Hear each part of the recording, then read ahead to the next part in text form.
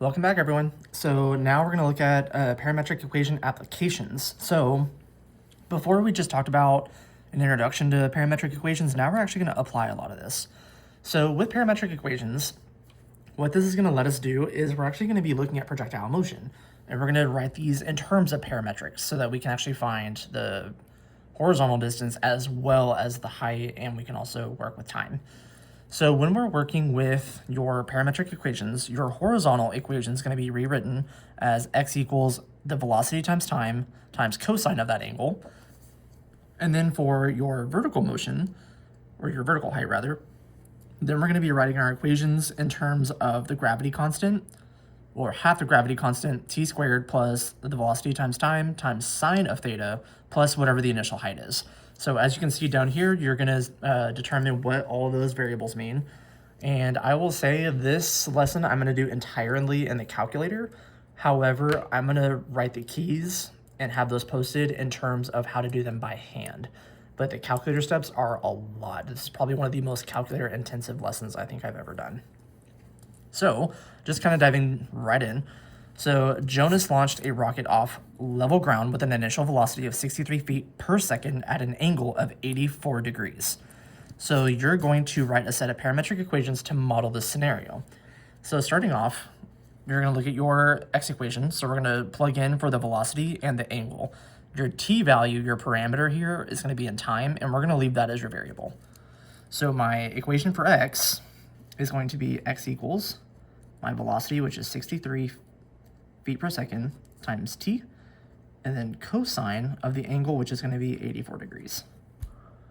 And then for my y equation, so notice how we're working in terms of feet per second. So that tells me I need to work with a gravity constant of negative 32 feet per second, but I want half of it, or only want half of it for the equation. So I'm going to plug in negative 16. And then the same idea also applies over here for meters. So the gravity constant in meters would be the negative 9.81 meters per second squared, but we only want half of it, so we just want the negative 4.9 for the gravity constant. So for your y equation, we're going to use the negative 16. So negative 16 t squared plus the velocity, which is going to be 63, then t sine 84.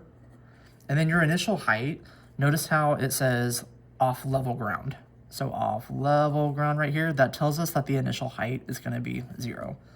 So if I ever said it's going to launch off of a pedestal or a launch pad, like 3 feet off the ground, or it's going to launch from a well that's like 10 feet below the ground, then that's the context that you're going to look for in terms of the initial height. So we're going to do this completely in the calculator. So I already reset my calculator, but I would definitely recommend that you reset yours. So what I'm going to do is I'm going to go down to graph, and then we want to type in parametric equations. So I need to go to type, and then I'm going to do a parametric equation, so press F3. And of course I'm going to type in my parametric equations just how they appear. So I want to do 63t cosine of 84 degrees, and then negative 16t squared plus 63t, then sine 84. So another thing that, well, I did just reset my calculator. So what you got to remember is your angles are going to be given to you in terms of degrees. If I look at my calculator, I'm in radian mode, so I need to fix that real quick.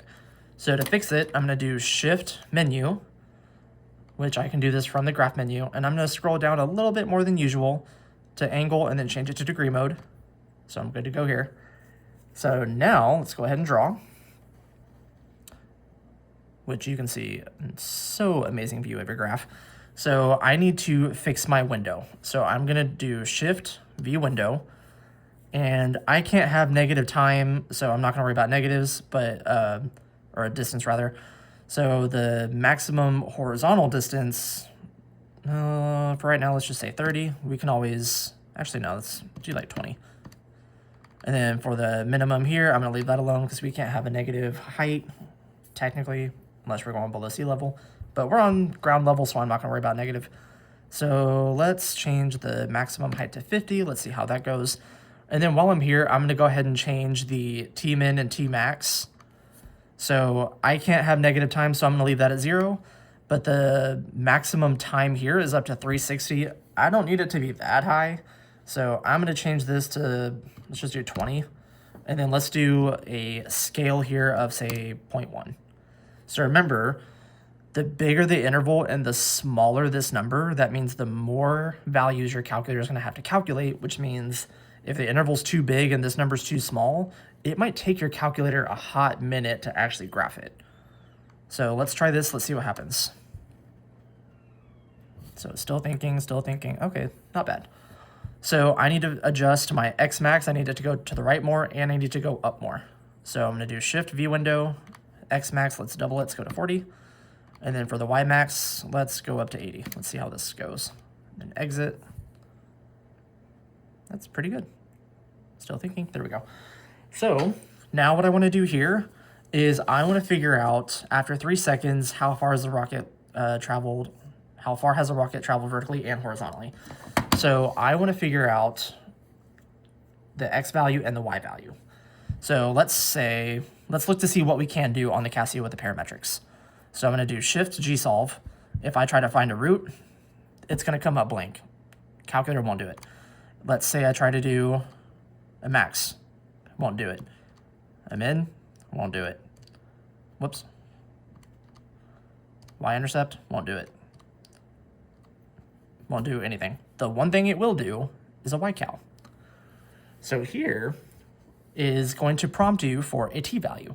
So if you look back at your question, we want to know after 3 seconds, this is going to be a t-value. So this is going to be a t-value of 3. Then we want to figure out what is going to be the X and the Y value for the horizontal distance and the vertical distance. So I'm going to type in a t-value of 3. And then if you look at your calculator, let me zoom in as much as I can. So I plugged in a t-value of 3. So after 3 seconds, we get a horizontal distance of 19.756 and a vertical distance of 43.965. So if you're anyone like me and you look and you're like, why is my x-axis here? That is like right in the middle of the numbers. So if you want to, you can make your graph minimum go down a bit. Now let's do a little bit more. Let's put you down to -20. This is not helping. Okay, well, I tried.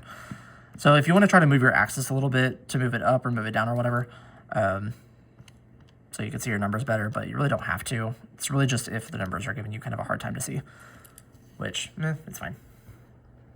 All right, I'm going to zoom back out.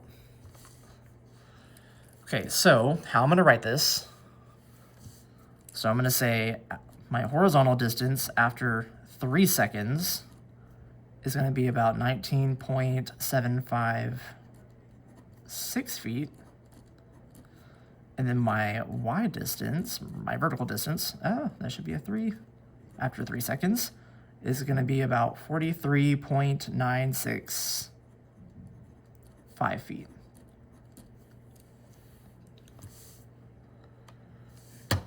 Okay, so now if I look, now I want to know the next part, when is the rocket going to hit the ground? So I need to find the root of this parabola. So if I look, G-solve and try to do a root, remember, it's not going to do anything. So to fix this, what I'm going to do is I'm actually going to type in the Y value here, and I'm going to retype it in terms of X. Because if you remember from the previous video, we talked about the parametrics. So if I am writing it in rectangular form in terms of X, your X-axis represents time, your Y values and represent your vertical height. But if I'm working in parametrics, then we took that time and we kind of displaced it, because now the X-axis represents your horizontal distance and your Y value represents your vertical distance.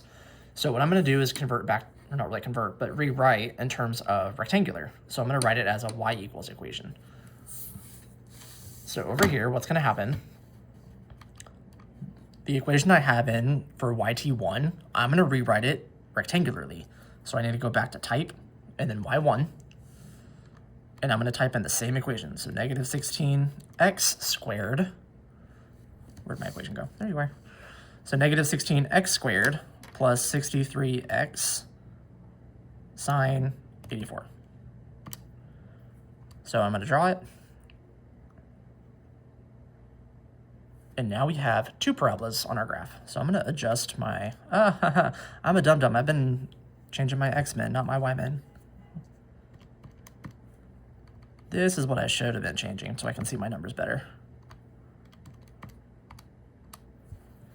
There we go. Now the axis is gone. Sorry, y'all. It's Friday at the end of the day. I'm tired. I'm ready to go home. Okay, so I'm going to adjust the X-min just a little bit more so we can see the red parabola a little bit better. There we go. So now I can find the attributes and roots and stuff of the red equation.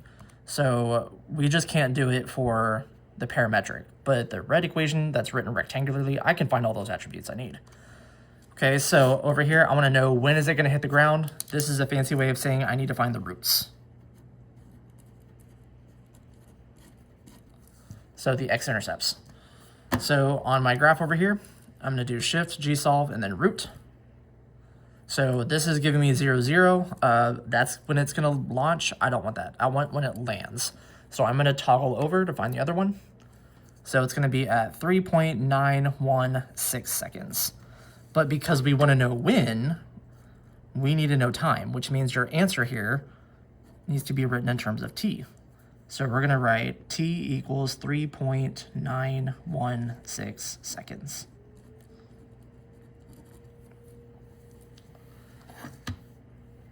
So now we want to know how long does it take for the rocket to reach the highest point. So I'm still going to reference my red parabola here. So now I want to find the maximum. So I want to know how long does it take. So once again, we're still doing a t value here, but I'm going to reference the maximum. So shift, G-solve, max. So it's going to reach it after 1.958 seconds at a maximum height of 61.338 feet. So it's going to be 1.958 seconds. And now down here, now I want to know what's the horizontal distance from Jonas when it reaches the maximum height. Now here's the neat part that I like about parametrics. So over here, we need to find a horizontal distance, which means I need to work with my parametric, not with the rectangular. So what I need to do is I'm going to actually go back to menu, go to run matrix, and watch what happens when I type in an x value. It actually stored automatically that x value from the graph. So what I'm going to do is, because I'm referring to the maximum value, I'm going to take this x value and I'm going to store it into one of my letters for max. Now, because it's referring to a maximum, I'm going to use the capital letter M. So I'm going to do alpha and then press number 7 so that I can store it in the letter M. And then what I'm going to do next is I'm going to go back to my graph and then draw.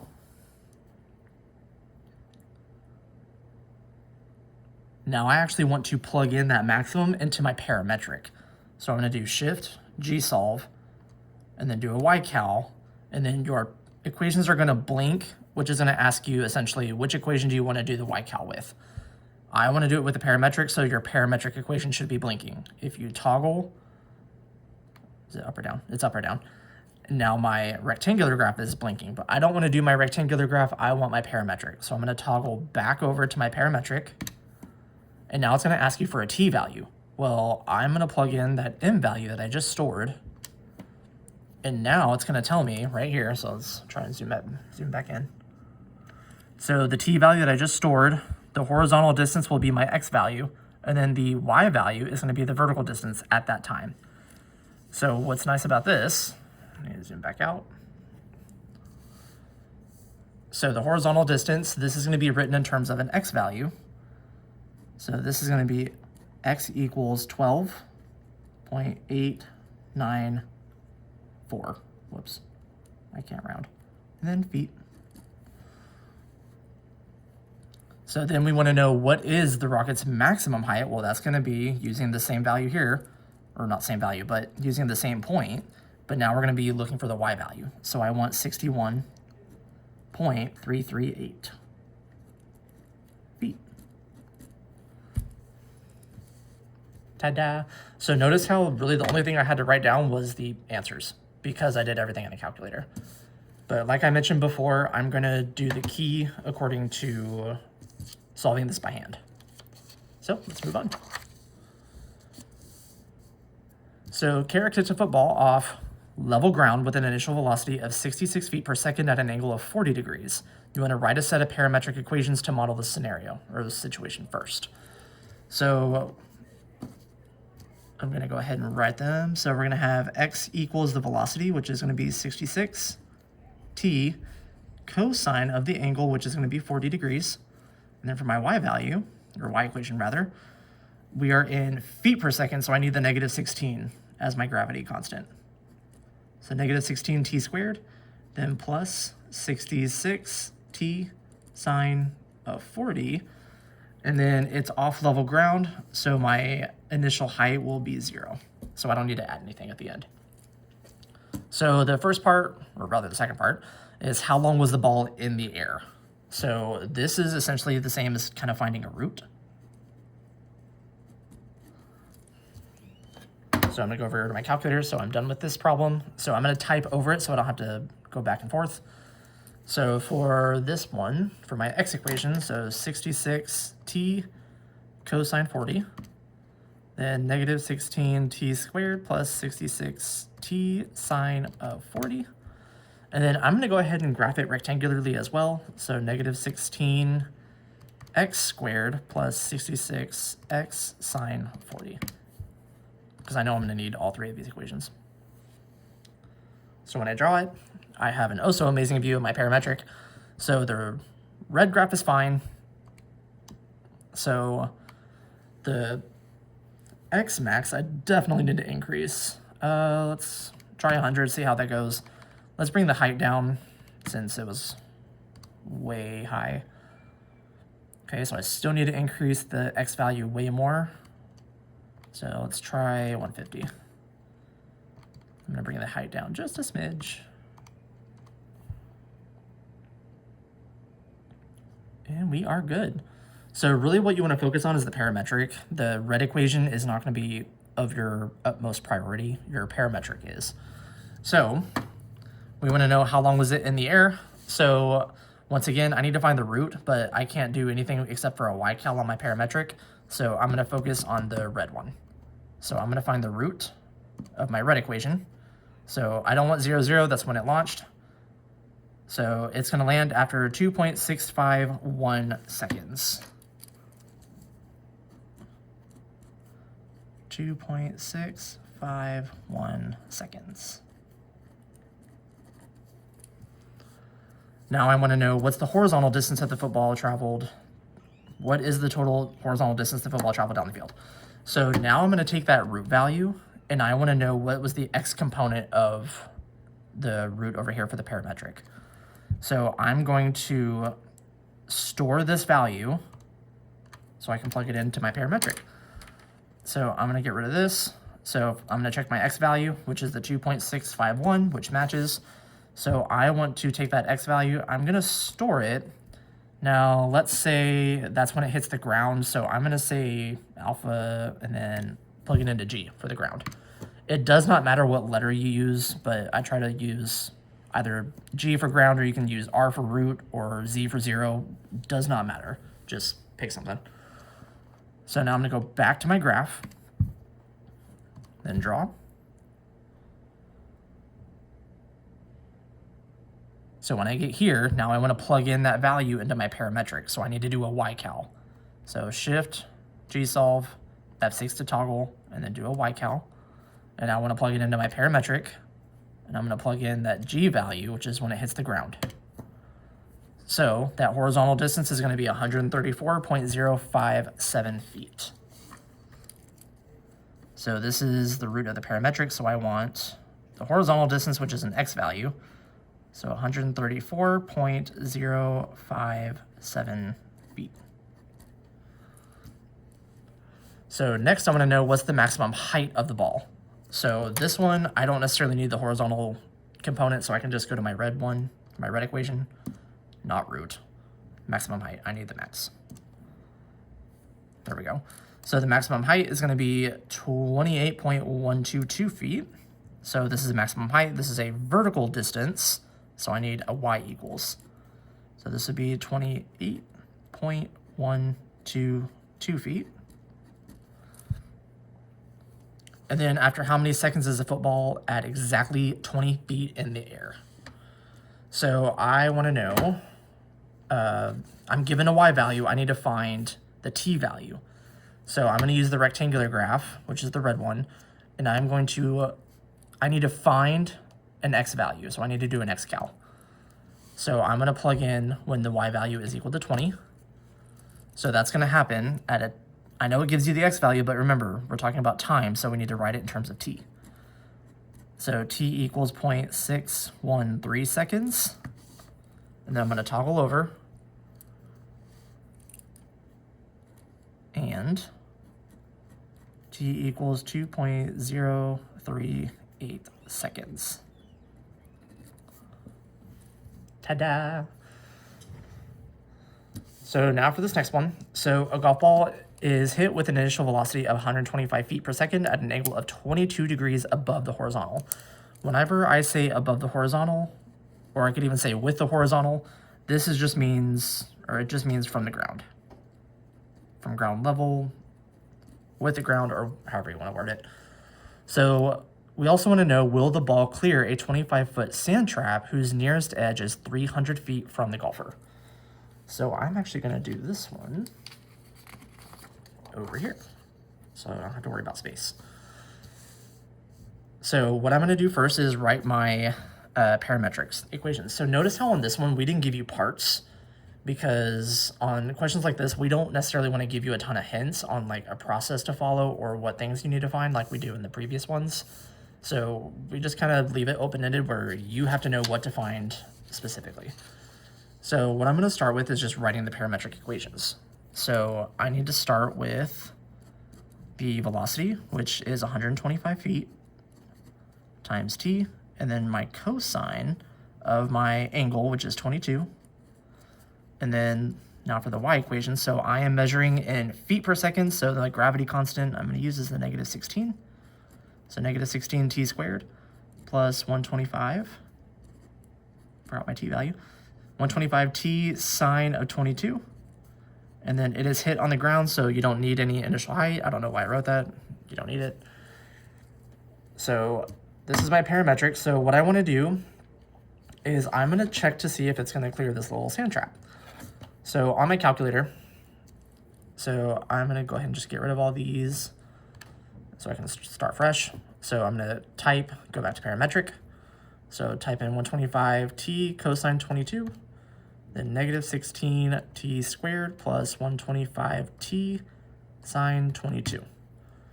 Now, if you also look, some of my students were complaining that this is not how a sand trap works, but you know what? We're gonna say it hits a wall.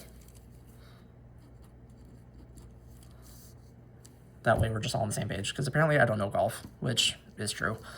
So we're going to say it's going to try to hit a wall that is 300 feet from the golfer, and the wall is going to be 25 feet high. So I want to essentially look to see, is this going to hit the wall? Is it going to go over the wall?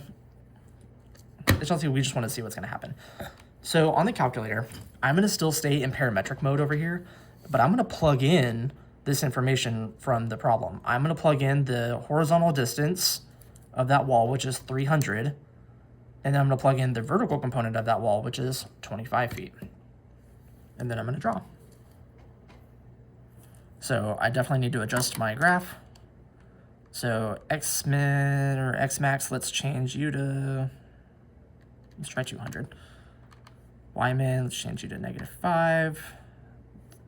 I believe the height was fine. Whoops, still not doing close. Let's change it to 300.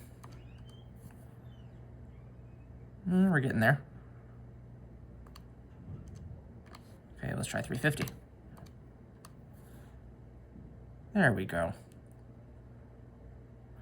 Okay, so on my calculator, if you look here,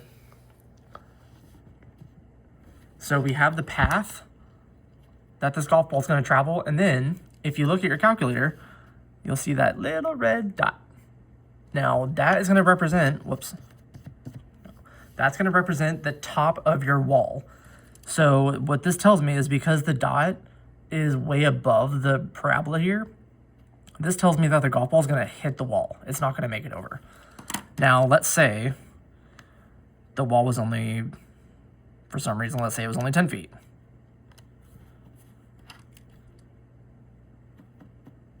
So now my dot is below the parametric, so now this tells me that it would actually clear that wall and it would go over it.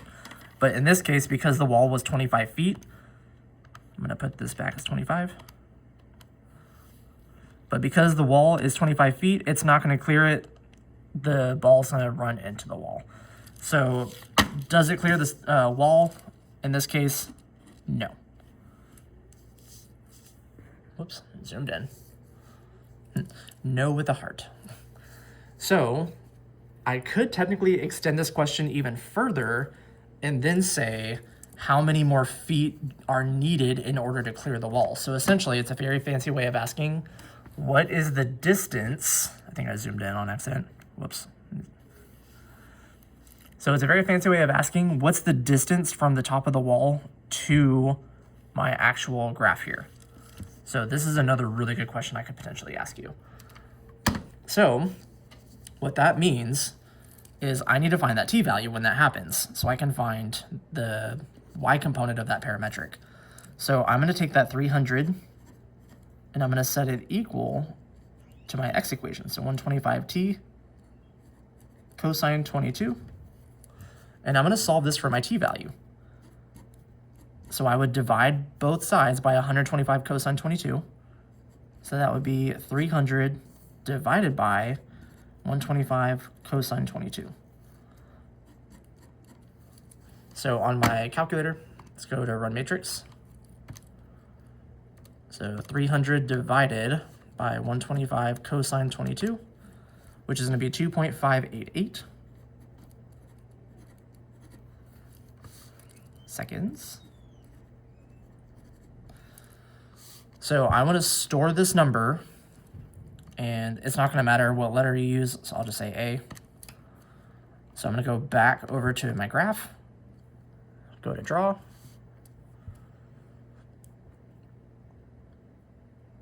and then shift G solve, do a y-cal for my parametric, and I'm going to plug in that A value.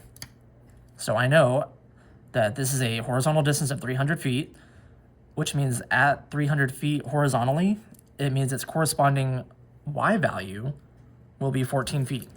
So if I do the y value of that t value that I just got, that tells me that the height is going to be 14.004 feet. So you could really just say about 4 feet. So if the wall, if that's 25 feet tall, but the height is only going to be 14 feet, then you would do 25 minus 14, which means we're going to need at least 11 feet more. So this is definitely a really good question that I could potentially ask you. And then for that last one, I'm not going to do this one, but the only thing I really want to point out is Joey's going to hit a tennis ball with an initial velocity of 37 meters per second at an angle of 49 degrees from the ground. So this one we give you in terms of meters, which means you would have to use that negative 4.9 for your gravity constant. That's really the big thing that's going to change this problem. So have fun, make good choices.